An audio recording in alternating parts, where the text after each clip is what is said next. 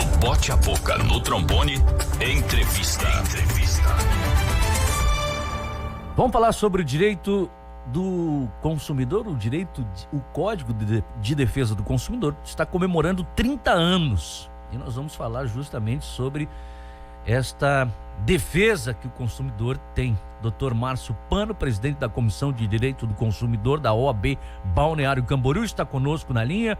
Dr. Márcio, bom dia, tudo bem? Muito bom dia, Elias, bom dia a todos os ouvintes, tudo ótimo. Hoje, 30 anos do Código de Defesa do Consumidor. Pois é, doutor. Quais foram os principais direitos garantidos por essa lei nestes 30 anos?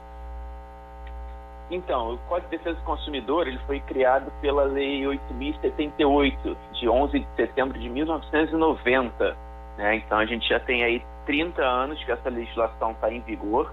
É uma legislação moderna para a época, né? A gente pode considerar ela bem moderna, um avanço, porque você imagina lá em 1990 não tinha tanta informação, não tinha tanto acesso à internet como a gente tem hoje, né? E foi criada essa lei e não sofreu durante esses 30 anos tantas modificações, tá? Ela foi criada e mantida até hoje praticamente sem nenhuma modificação. Então, é considerado um avanço, tá? E ela, ao longo do tempo, vem sendo exercida pelos consumidores, né? Cada vez mais conhecida. E ela criou, além dos direitos, que todo mundo fala que o consumidor tem direitos, né? O fornecedor tem deveres, mas, além disso, criou uma política nacional de relação de consumo. Ela criou crimes contra a relação de consumo.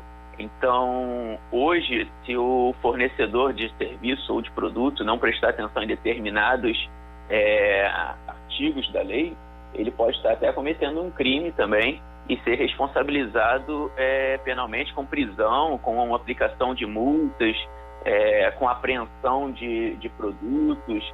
Então, além dos direitos do consumidor, existe também essas penalidades para quem infringir a lei, tá? Doutor Márcio, então isso quer dizer que hoje o consumidor, a gente pode comemorar justamente a defesa do consumidor nesses 30 anos? Hoje o consumidor ele está protegido na maioria dos casos? No meu ponto de vista, tem sim que comemorar, tá? Porque é uma lei, como eu disse, que está em pleno vigor, é utilizada no dia a dia. Muitas das coisas que a gente faz, às vezes até sem saber, estão previstas ali no Código de Defesa do Consumidor. Foi uma vitória dos consumidores, então acho que tem que comemorar sim. Lógico que tem que evoluir, o direito não acompanha, né, a tecnologia, não acompanha o nosso dia a dia, mas, por exemplo, a gente vai falar até de problemas que dão na internet, né? A lei não previu isso, porque a lei não tinha essa evolução da internet, mas como ela foi criada e com o que foi criado, pode sim utilizar, inclusive para relações de consumo na internet, né? Mas lógico que a gente vai precisar do avanço da lei, a gente vai precisar que ela acompanhe a tecnologia, que ela acompanhe as tratativas hoje que são feitas, né? Porque o mundo está evoluindo e a legislação ela precisa acompanhar. Demora um pouquinho, mas com certeza vai acompanhar. Vou colocar uma pergunta do nosso ouvinte aqui, o Ricardo. Devido à pandemia, muitos produtos não estão aumentando o preço, mas diminuindo a quantidade. Por exemplo, a bolacha. Antes vinha 200 gramas no preço X e agora vem com 100 gramas com o mesmo preço. Isso configura direito de consumidor, doutor Márcio? Sim, isso está previsto no Código de Defesa do Consumidor, né?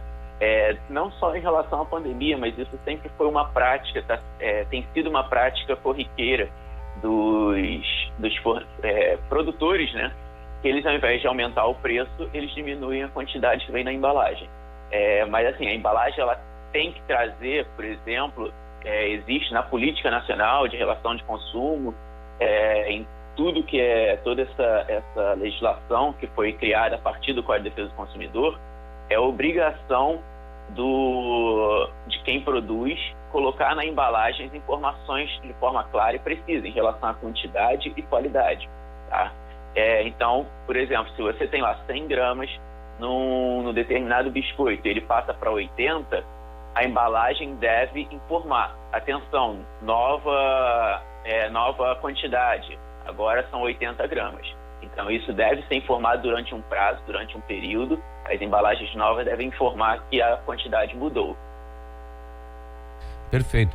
A questão é, o consumidor, ele tem que estar atento, né? Até porque o fabricante e o revendedor, o fabricante principalmente que tem que fazer isso, o revendedor apenas passa à frente, né? E coloca o preço em cima. Mas estar atento cada vez mais, né? Pegar a embalagem e ver as informações que tem, né, doutor? Sim, com certeza. As embalagens hoje, elas têm que ter todas as informações, né? É um direito do consumidor, um direito à informação, né? Então tem que ter prazo de validade, informação de qualidade, de quantidade. É interessante isso que você falou, que o vendedor, ele só repassa, né? Quem deve botar essas informações é o produtor. Mas o código, ele desde 30 anos atrás, ele prevê que eles são solidariamente responsáveis. Então, assim, se eu faço a produção de um produto e você está vendendo esse meu produto, os dois vão responder. Porque eu também não posso colocar no meu mercado um produto que está fora da qualidade, da quantidade, ou está colocando em risco a vida, a segurança dos consumidores. Você vai ser responsabilizado com certeza também, né? É a mesma coisa. Outro dia nós tivemos aqui um estabelecimento fechado por conta de uma empresa que estava comprando produtos que tinham sido adquiridos de forma ilícita, ou seja, de uma carga roubada, né? Então está respondendo, obviamente, né? Vai responder todo mundo, né? Responde quem produz e responde quem coloca no mercado à venda, né? Agora, então, essa questão, doutor Márcio Pano, né, que hoje nós estamos vivendo, né? O arroz, meu Deus do céu, né? A gente não fala em arroz, não, né? Todo mundo falando de arroz, de feijão, de óleo, de soja. Aí a Mara tá aqui, bom dia, Mara. Ela disse assim, ela foi no mercado, né? Tá tudo assim, que a gente tá sabendo das informações, né? Ela pode reclamar disso, ou isso é uma questão governamental, com a alta do dólar, com a pandemia, com o consumo? Como é que dá para se posicionar em relação a consumidor hoje? Então, em relação ao preço abusivo, né? Vamos tratar isso como um preço abusivo. Perfeito. Bom dia, Mara, e ótima pergunta, né? Porque isso aconteceu também no início da pandemia, por exemplo, com máscaras.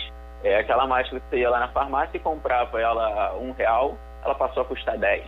Então, são situações que devem ser observadas com cautela, tá? Porque uma coisa é o preço abusivo, porque a matéria-prima ficou cara, porque teve a alta do dólar, e aí aumentou o preço. Isso não é um preço abusivo, tá? Então, vem da cadeia produtiva, né? Então, se você compra a sua matéria-prima a $1, né? E aí, de repente, passa essa matéria-prima passa a ser, esse $1 passa a ser R$5. Vou botar de R$1 para R$5. E você aumentar 5 vezes o teu produto não é uma coisa abusiva.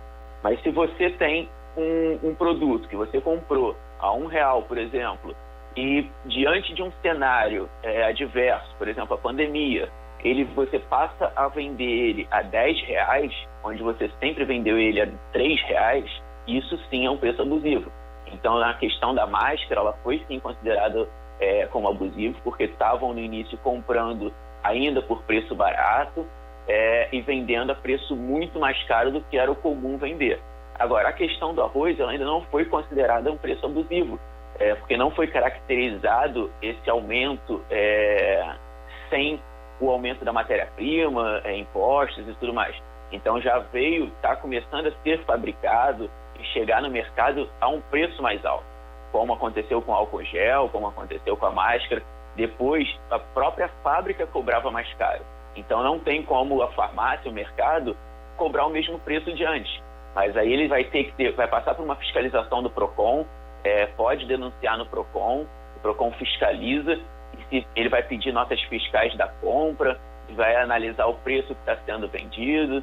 Então, é sempre bom o consumidor também gerar essas provas para o PROCON, né? Mostrar a nota fiscal antes, ou um anúncio de antes e o anúncio de depois, para caracterizar essa prática abusiva, esse preço abusivo, e o supermercado, ou quem estiver praticando, a farmácia, quem estiver praticando esse ato, ele vai ser punido. Ele vai aplicar uma multa e pode até fechar o estabelecimento também. Nosso ouvinte é maravilhoso, né? Eles já começam a ter várias dúvidas aqui e ficam ajudando nós na entrevista aqui, né? Por exemplo, o Eloir, ele pergunta o seguinte, doutor Márcio, ele fez uma compra de portas de vidro, uma determinada empresa, faz 8 dias, que era para ser entregue e estão enrolando. O que ele deve fazer? Ele pagou no cartão de crédito. Isso é uma situação que tem que ser analisada o caso a caso, lógico. Tem que ver como foi feito esse contrato primeiro, né? Qual era o prazo de entrega, qual era o prazo que a empresa informou. Então, isso tudo tem que ser analisado, tá? Mas eu já adianto o seguinte: se ele contratou, por exemplo, a empresa prometeu entregar em 2 dias, já tem 8 e não entregou, tem que ser feito contato com a empresa. Seria bom, se ele não tiver um retorno da empresa, ele já ir no PROCON, já faz uma primeira reclamação no PROCON, envia uma notificação para a empresa, procura um advogado da confiança dele e, se for o caso, até registrar um boletim de ocorrência, porque o contrato ele tem que ser cumprido. Então, se tiver alguma coisa diferente do contrato, ele pode cancelar, tá?